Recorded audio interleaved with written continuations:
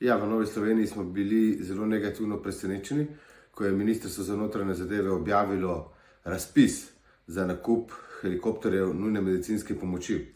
To je bila obljuba ministra, predsednika vlade, partnerice predsednika vlade že kar nekaj mesecev nazaj, in v tem razpisu je zelo čudnih kar nekaj stvari. Prvič, ugotovili smo pri pregledu samega razpisa, da v razpisni dokumentaciji sploh ni medicinska oprema, medicinski pripomočki tista, ki bi bila bistvena za nakup teh namenskih helikopterjev.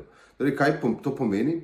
To pomeni, da če ta razpis nima teh karakteristik, da gre absolutno za, bom rekel tako, prilagojen razpis za točno določene dobavitelje, bistven namen tega razpisa pa ni nakup helikopterjev za nujno medicinsko pomoč, ampak helikopterjev čisto druge namenske uporabe. In tukaj so bila oškodovana ali pa bodo oškodovana davkoplačevalska sredstva, naš proračun,